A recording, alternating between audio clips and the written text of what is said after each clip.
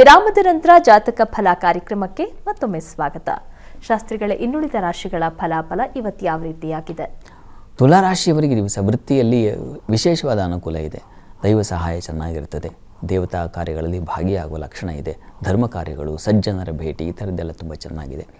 ನಿಮ್ಮ ಈ ದಿವಸ ವಿಶೇಷ ಅಂತಂದರೆ ರಾಷ್ಟ್ರಾಧಿಪತಿ ದ್ವಿತೀಯದಲ್ಲಿರೋದ್ರಿಂದಾಗಿ ಸ್ವಲ್ಪ ಆಹಾರ ವ್ಯತ್ಯಾಸ ಮಾಡಿಕೊಳ್ತೀರ. ಅದೇ ವಿಶೇಷ ಅಂದರೆ ಅದು ತೊಡಕಿನ ವಿಶೇಷ. ಹೀಗಾಗಿ ಈ ದಿವಸ ಅನ್ನಪೂರ್ಣೇಶ್ವರಿ ಪ್ರಾರ್ಥನೆ ಮಾಡಿ, ಅದು ತುಂಬ ಸಹಾಯವಾಗುತ್ತೆ. ವಿದ್ಯಾರ್ಥಿಗಳು ಬಹಳ ಮುಖ್ಯವಾಗಿ ದಿವಸ ಸ್ವಲ್ಪ ಮಂಕಾಗ್ತೀರ. ಹೀಗಾಗಿ ಸರಸ್ವತಿಯ ಪ್ರಾರ್ಥನೆಯನ್ನು ಮಾಡಿಕೊಳ್ಳಿ. ಇನ್ನು ವೃಶ್ಚಿಕ ರಾಶಿಯವರಿಗೆ ಆರೋಗ್ಯ ವ್ಯತ್ಯಾಸ ಆಗುತ್ತೆ, ಸ್ವಲ್ಪ ಹುಷಾರಾಗಿರಬೇಕು. ಸ್ತ್ರೀಯರಿಗೆ ಆರೋಗ್ಯ ವ್ಯತ್ಯಾಸ ಸೂಚಿಸ್ತಾ ಇದೆ. ತಪ್ಪದೇ ದುರ್ಗಾ ಕವಚ ಅಥವಾ ಸುಬ್ರಹ್ಮಣ್ಯ ಕವಚವನ್ನು ಹೇಳ್ಕೊಳ್ಳಿ. ಇನ್ನು ಹಣಕಾಸಿಗೆ ಸ್ವಲ್ಪ ತೊಂದರೆ ಸೂಚಿಸ್ತಾ ಇದೆ. ಸ್ವಲ್ಪ ಮಟ್ಟಿಗೆ ಉದರ ಬಾಧೆಯನ್ನು ಸೂಚಿಸ್ತಾ ಇದೆ. ಹೀಗಾಗಿ ಸ್ವಲ್ಪ ಮಧ್ಯಮ ಸ್ತರದಲ್ಲಿದೆ. ಸುಬ್ರಹ್ಮಣ್ಯನ ಪ್ರಾರ್ಥನೆ ತುಂಬ ಒಳ್ಳೆಯದು. ಧನುರಾಶಿಯವರಿಗೆ ದಿವಸ ಸಂಗಾತಿಯ ಸಹಕಾರ ಚೆನ್ನಾಗಿರ್ತದೆ, ಆತಂಕ ಇಲ್ಲ. ವ್ಯಾಪಾರಿಗಳಿಗೆ ವಿಶೇಷವಾದ ಅನುಕೂಲ ಉಂಟಾಗುತ್ತೆ. ವೃತ್ತಿಯಲ್ಲೂ ಅನುಕೂಲ ಚೆನ್ನಾಗಿದೆ. ಈ ದಿವಸ ವ್ಯಯ ಇದೆ, ಅನಗತ್ಯ ಖರ್ಚು ಇದೆ, ಮತ್ತು ಕಾಲಿನ ಬಾಧೆ ಸೂಚಿಸ್ತಾ ಇದೆ. ಹೀಗಾಗಿ ಸ್ವಲ್ಪ ಹುಷಾರಾಗಿರಿ. ಮತ್ತು ತುಂಬ ಬಿಗ್ ಲಾಸ್ ಅಂತೀವಲ್ಲ, ಆ ಥರದ್ದು ಒಂದಿದೆ.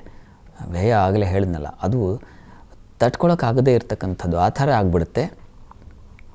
ಮಹಾಲಕ್ಷ್ಮಿ ಅಷ್ಟೋತ್ತರ ಸೇವೆ ಮಾಡಿಸಿ, ಮಹಾಲಕ್ಷ್ಮಿ ಪ್ರಾರ್ಥನೆ ಮಾಡಿ. ಪ್ರಾರಂಭದಲ್ಲಿ ಹೇಳಿದೆ ನಾನು, ಹ್ರೀಂ ಮಹಾಲಕ್ಷ್ಮೀ ನಮಃ ಅಂತ. ಅದನ್ನು ನೀವು ಹೇಳಿ, ತುಂಬ ಅನುಕೂಲ ಆಗುತ್ತೆ. ಇನ್ನು ಮಕರ ರಾಶಿಯವರಿಗೆ ವೃತ್ತಿಯಲ್ಲಿ ಲಾಭ, ವ್ಯವಹಾರಗಳಲ್ಲಿ ಲಾಭ ಮತ್ತು ಪ್ರಯಾಣದಲ್ಲಿ ಅನುಕೂಲ, ಶುಭ ಸೂಚಕವಾಗಿದೆ. ಈ ದಿವಸ ಹೆಚ್ಚಿನ ಅನುಕೂಲಗಳನ್ನು ಕಾಣ್ತೀರಾ, ಅದರಲ್ಲಿ ಯಾವುದೇ ಸಂಶಯ ಇಲ್ಲ. ಸ್ನೇಹಿತರಿಂದ ತುಂಬ ಸಹಕಾರವಾಗುತ್ತೆ, ಉತ್ತಮ ಮಾರ್ಗದರ್ಶನ ಸಿಗುತ್ತೆ, ಅದು ಮುಖ್ಯವಾಗಿ.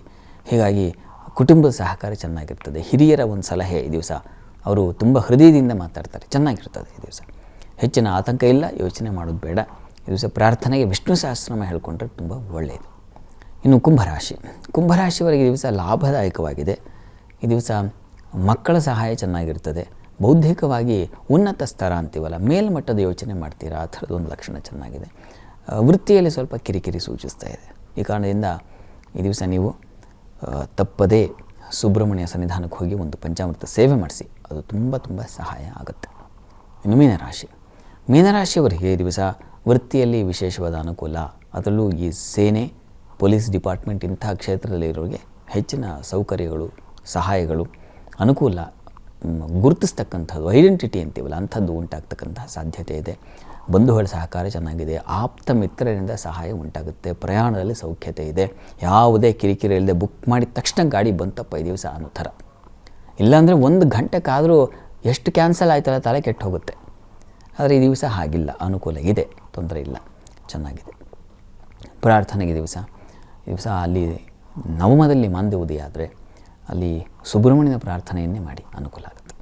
ಈ ದಿವಸ 12 ರಾಶಿಗಳವರು, ರಾಶಿ ಗೊತ್ತಿಲ್ಲ ಅಂತಕ್ಕಂಥವ್ರು ಪ್ರಾರಂಭದಲ್ಲಿ ಹೇಳಿದ ಹ್ರೀಂ ಮಹಾಲಕ್ಷ್ಮೀ ನಮಃ ಇದನ್ನೇ ಹೇಳಿ 108 ಬಾರಿ, ತುಂಬ ಅನುಕೂಲ ಆಗುತ್ತೆ. ಸರಿ ಶಾಸ್ತ್ರಿಗಳ, ಇವತ್ತಿನ ಸಂಚಿಕೆಯಲ್ಲಿ ಈ ದಿನದ ವಿಶೇಷತೆ ಜೊತೆಗೆ 12 ರಾಶಿಗಳ ಫಲಾಫಲದ ಬಗ್ಗೆ ತಿಳಿಸ್ಕೊಟ್ರಿ.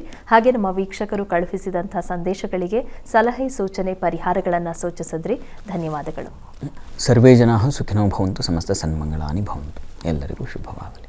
ವೀಕ್ಷಕರೇ, ಇದಾಗಿತ್ತು ಇವತ್ತಿನ ಜಾತಕ ಫಲ ಕಾರ್ಯಕ್ರಮ. ನೇರ, ದಿಟ್ಟ, ನಿರಂತರ ಸುದ್ದಿಗಾಗಿ ನೋಡ್ತಾ ಇರಿ ಏಷ್ಯಾನೆಟ್ ಸುವರ್ಣ ನ್ಯೂಸ್.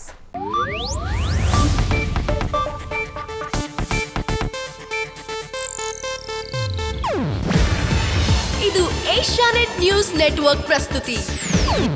ನೀವು ನೋಡ್ತಿದ್ದೀರಾ ಏಷ್ಯಾನೆಟ್ ಸುವರ್ಣ ನ್ಯೂಸ್.